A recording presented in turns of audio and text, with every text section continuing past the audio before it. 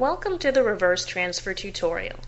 Today we'll learn how this landmark project can help award tens of thousands of students the degrees they've earned but don't have. What is reverse transfer? In the context of this service, reverse transfer means the transfer of credits from the institution a student is currently attending to any two-year institution they've transferred from. This project allows for an eligible student to receive an associate degree regardless if they transferred to another associate or bachelor's granting institution, attended a public or private institution, or even transferred across state lines. What does this service include? It includes unlimited exchange of reverse transfer data at no cost to multiple partners, secure file transfer, the ability to send all reverse transfer data in one transmission, one central location data downloads, reduction of administrative burden to schools, the ability to exchange reverse transfer data across state lines, increased data quality, access to current student contact information, the ability to easily label files as reverse transfer, and audit trails for all exchanges. Reverse transfer also operates in compliance with FERPA. 2016 brings with it some new developments and enhancements to the reverse transfer service. We're going to see new data elements that will aid in streamlining the degree audit process and support for TS-130 PESC format to receive course and/or grade information through the SPEEDY network. How does reverse transfer work? By providing a platform where course and/or grade data is exchanged between the current institution, called the host institution, and the two-year institution, called the degree granting institution, or DGI. The host institution will submit reverse transfer data to the clearinghouse, and the clearinghouse will notify the DGI that course or grade data is available for them. DGI will be able to receive this data, evaluate it, and award an associate degree when applicable. This is the first phase of the reverse transfer project. During the second phase, this reverse transfer data will be integrated with existing enrollment and degree data to create an academic record data mart. What does this mean?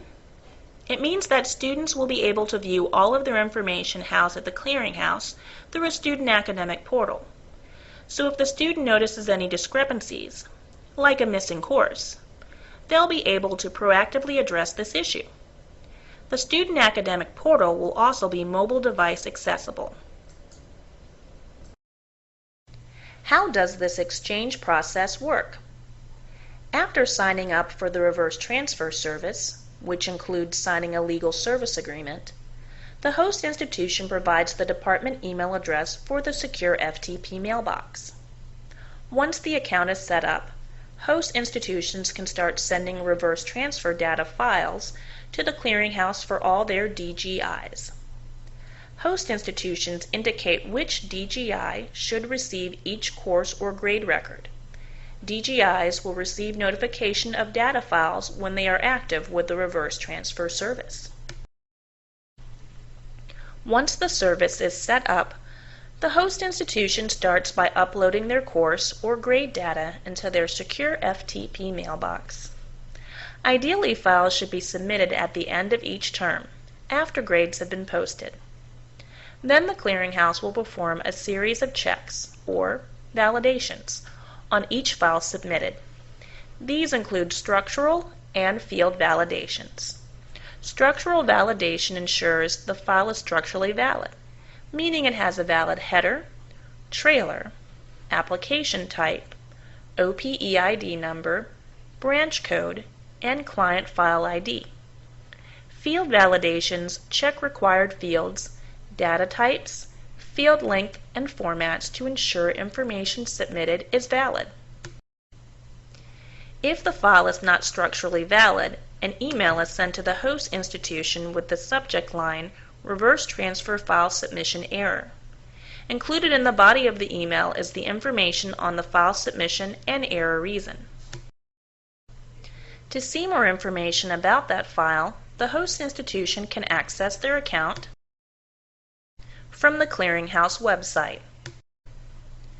Then select the Reverse Transfer tab located at the top of the page. Here they can see a summary of all their file submissions. Clicking on the file submission number from the email message will take us to the error detail view. Here we see more information on the error, which includes an error description and proposed solution for resolution. In this case, the total number of rows in the file does not equal the total number of records shown in the trailer row. To resolve this, we would need to correct the file and resubmit it to the Clearinghouse.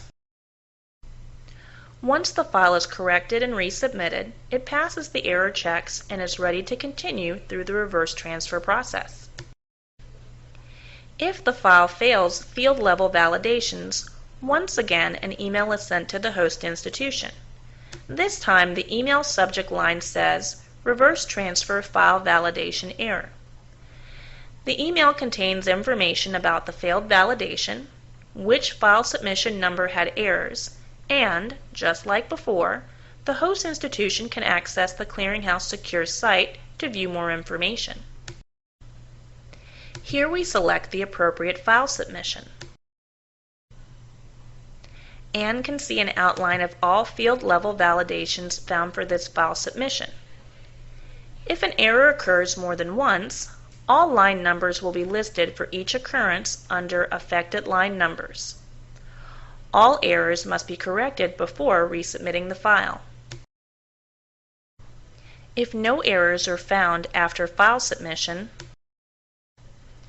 a successful reverse transfer file submission email will be sent to the host institution. Here on the secure site, we can see a successful file submission. After reverse transfer data is received, it is loaded into the Clearinghouse system. Then a response file email is created and sent for each degree granting institution. Here we can see the email sent to the designated reverse transfer contact at the degree granting institution. The email lets them know course data is available. A second email will go out providing a link to download the files from their FTP mailbox. The degree granting institution can either click on and follow the link or go directly to the Reverse Transfer tab on the Clearinghouse secure site to see all of their reverse transfer data files. Here they can view file submissions from all of their host institutions. They can also search those submissions by host name and date sent. This screen will also provide the ability to regenerate a file previously sent to their FTP mailbox. If needed, just click on the Generate button.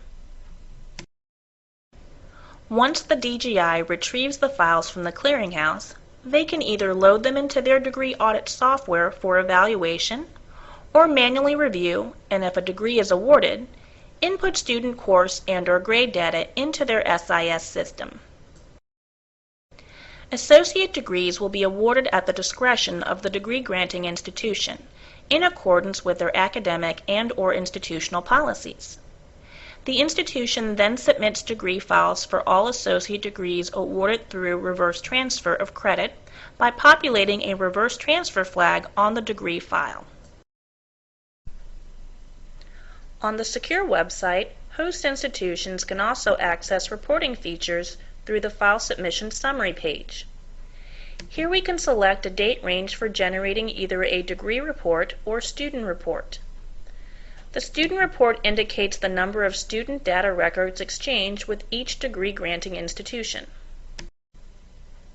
while the degree report indicates the number of reverse transfer degrees granted and reported to the Clearinghouse from both active and deactivated degree granting institution in the host's network.